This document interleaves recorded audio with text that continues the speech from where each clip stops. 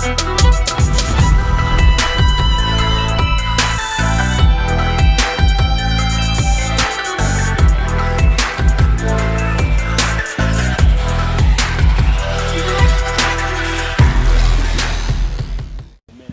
going on, everybody? How we doing this fine Thursday morning? And old MQ's already at it again with his little yakety yak. Don't talk back.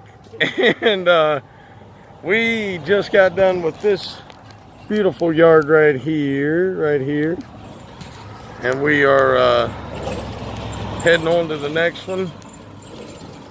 And hey, who knows what we're going to get into today, but I do know what we're going to talk about today. And I'm not telling you yet. It's just the way I am. Now, let's go get some footage for you guys, some mowing. Today, I'm going to get a lot of mowing, so let's go to work, guys.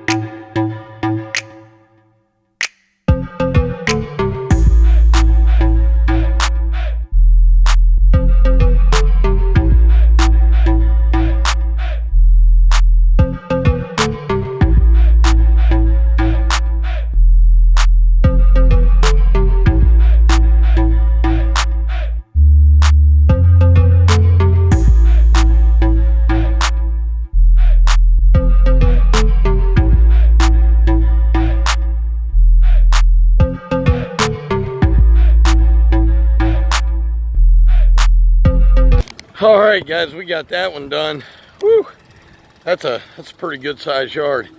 And I'm trimming. I'm helping him trim today. So anyway, somebody sent me a message the other day and said I would love to know the difference between, or my opinion on the difference of the stand-on and just a walk behind. The number one thing I can tell you, for me, being 48 years old, the hands. My hands are not fatigued after an 8 or 9 hour day of mowing. Of course, he's blowing. But my hands do not get fatigued just pushing forward. On the stand-ons or the walk-behinds, so to speak, my hands would get tired after working the handles all day. Arm fatigue, shoulder fatigue, things like that. So the number one thing is the fatigue that you don't experience while you're on the stand-on mower. Number two, maneuverability is phenomenal on these mowers. If your body can move, these things can cut it. I just really like the ability to go into a corner and kind of dive in, come back really quickly without tearing the grass up. Obviously the reverse is a little bit faster on a stand-on model. I think overall walk behind kind of tells you what you're doing. You're walking. Even if you have a Velke, you're taking a lot of hits to the legs. That's one thing, guys. There's my tip for the day. Clean up your grass off the ground where you put your mower on the trailer. Don't leave it there for somebody else. Clean it up. Anyway, just the fatigue factor, the maneuverability. I can't say the power on the motor, but for me it seems like the walk behinds don't spread the grass out as nicely as the stand-ons. Now that may just be something I've noticed from cutting around here. It may not be that way where you're at. The one thing I can tell you though, a stand-on, in my opinion, because I don't have a lot of hills, a stand-on will never take the place of a walk-behind when it comes to a hill. At least not yet. Now with the twills, it's helping. But man, I'm telling you, and think about this. How many stand-ons are you going to buy to get in back gates? You're going to have a 32, a 36, a 48, a 52, a 61. If you're a solo guy, you can't have 9 different mowers. At least most guys don't, being solo. I mean, it's a little redundant. So a 36 or a 32 walk behind or a 48 walk behind and a stand on. Now if I had a walk behind and a stand on, that would be my absolute perfect setup. But the reason I can't is because Skag wants so daggone much for a walk behind. You're talking $7,000, right at $7 grand for a 48 walk behind. Why? For $7,800, I got a stand on 48. So that's my take on that. I know somebody had asked me to talk about it. If you guys can think of, those are just off the top of my head, but you can really get on hills, and they're just, the maneuverability of this in a yard with no hills and things is phenomenal. The maneuverability of a stand-on hills and valleys, it's phenomenal. You can do a lot more with it, I believe. Anyway, guys, let's get on to the next yard.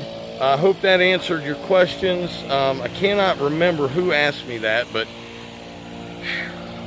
And guys, thanks for going and checking those channels out yesterday.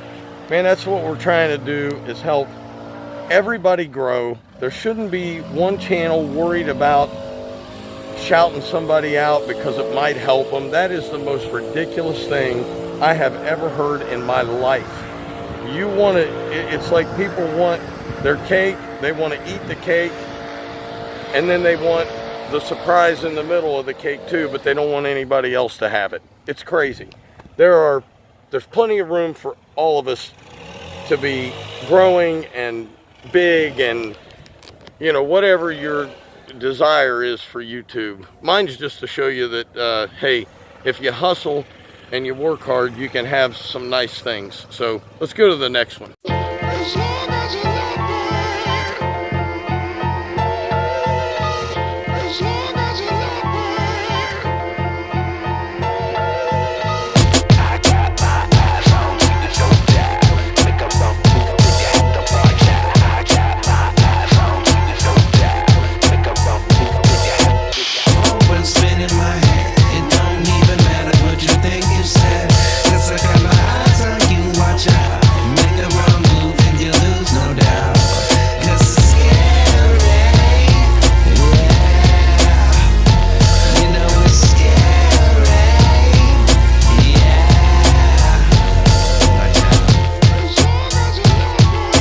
Alright guys, we got those 2 done. The one that you saw down there, we just recorded. This one here, I'll show you this one.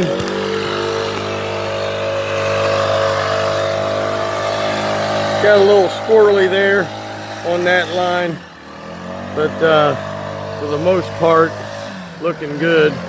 The company that fertilizes this yard is going to come out and aerate and overseed for free.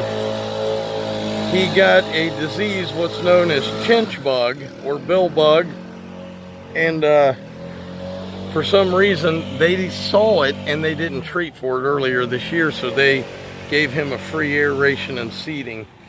It's really a mess on the side of the yard, but hey, we got one more we're going to get cut. I'm going to get footage for you on that one. I hope you guys are having a great day. Man, keep everybody in your prayers out in the lawn community that are hurting or who have lost a loved one. You know, I do the grow stream, and there's always somebody, man, that comes in and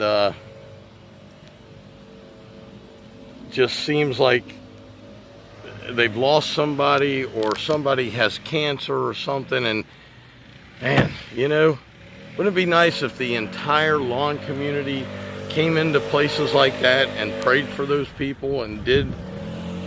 You know, people are busy. I get it, man. Life is life. But hey, we'll be back. Let's get the most beautiful yard on my list. Let's go get that thing done.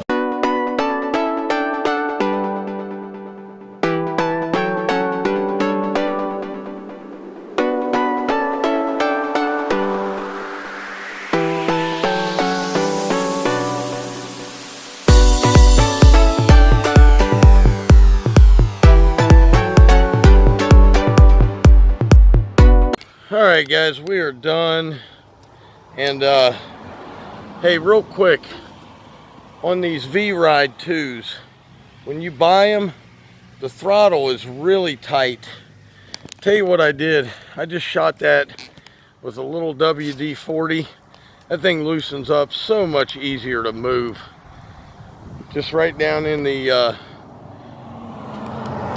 where your throttle cable is, right down here inside this thing.